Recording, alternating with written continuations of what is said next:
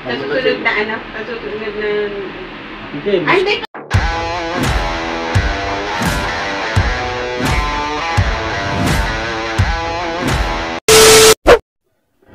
Para sa mga first time na naka-encounter ng ganitong unit, TCL IoT split type inverter. Explore natin to. Tulad ko rin, first time ko rin to na-encounter. I-check natin paano to baklasin. I-deep cleaning agad natin to. Kasi may mga sekreto to. Ibulgar natin, okay? May kawit ko dito. Angat. I-check maangat. No. Tapos to. Angat ko dito. Ito ba? Ito lock ko. Pre.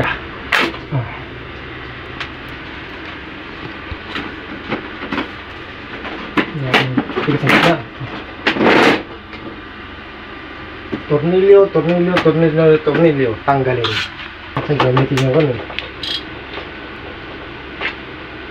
Cordless eh. Yan, tanggalin. Sensor. Ito sa receiver.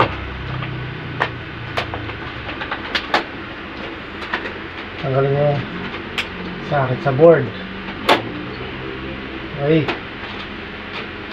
Ito ka lang cover. Tulong ko siya.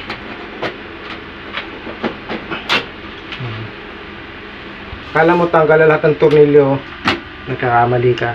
Ito, may technique yan. Sa ilalim nito. Angat nito, air guide. Yan. Kapag nangat mo yan, ayun, may tornilyo doon. Saka sa kabila, tanggalin yan. Para matanggal na yung cover. Then, hindi mo pa mahihila yan. Mayroon pa yan doon. Yun, tornilyo. Hindi pa rin mahihila yan. So, tatanggal mo pa to. Para matanggal totally ang cover. Okay na yan. Pull and push na.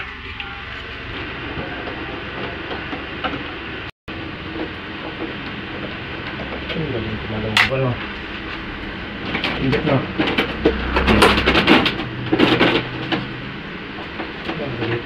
Palit na palit. Oo. Pwede na. Kanyang binan. Madami yung mga sakit. Ha? Ito mga sakit dito. Tanggalin yung mga sakit. Okay, malilito. Meron ditong spare. Ang system yan. System nila. Hindi na nakaka-atin. Diba na to? Ito yung feature ng TCL. May fresh air. Ang fresh air may higop sa labas yan. Tanggalin to. Tornilyo. Saka ito. Para matanggal natin tong blower. May blower pa dito pang sariling blower nya. Yung mga sakit. Tanggalin lahat ng sakit. Kaso tandaan nyo mag video kayo ha. Sungkitin. Hatakin.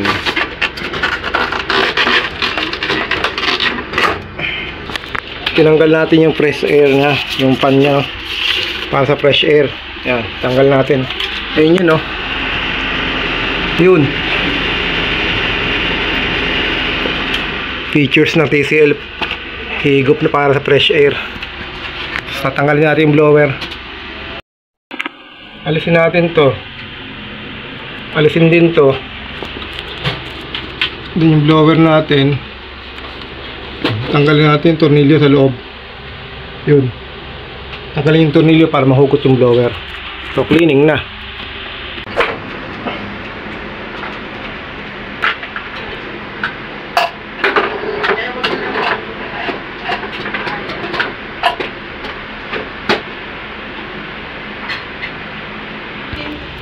So okay na. Wash bag na lang, tapos cleaning na. Hanggang ilalim malilinisan yan. Hanggang likod tira yan. Takipan nyo ng plastic. Ako tinitapan ko muna bago basahan para sealed na sealed talaga. Okay? Ito ang diskarte ko. Nilalagyan ko ng tape yung PCB board nya, yung control board nya, para hindi pasukin ng tubig. Para sigurado tayo. Saka nyo libalutan ng basahan. Okay? Safety na to. Yung control board nya hindi mababasa. Yung outdoor pala na to nalinisan na, hindi na nabidyohan. Basic lang outdoor, kayang-kayan. So sineset up na natin yung unit natin, pinaprepare na natin yung pwesto para mamaya cleaning na lang at iangat natin yung unit para mahugot natin yung drain hose nya para kapag lagay ng wash bag tuloy-tuloy na, cleaning na, tira na tayo mga master. Okay?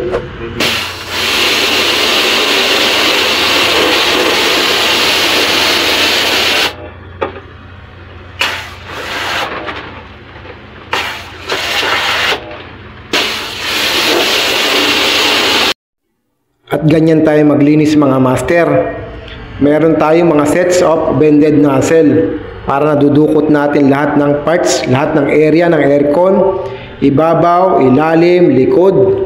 Matitira lahat yan gamit ang bended nozzle. So, yan, katulad yan, sa ilalim, meron tayong U-type, may L-type, may mahaba, may maiksi. Okay na to. Malinis na. Assemble na lang tayo. Ayan. Safety yan. Ano lang, safety lagi unahin. Testing na to after cleaning. TCL IoT.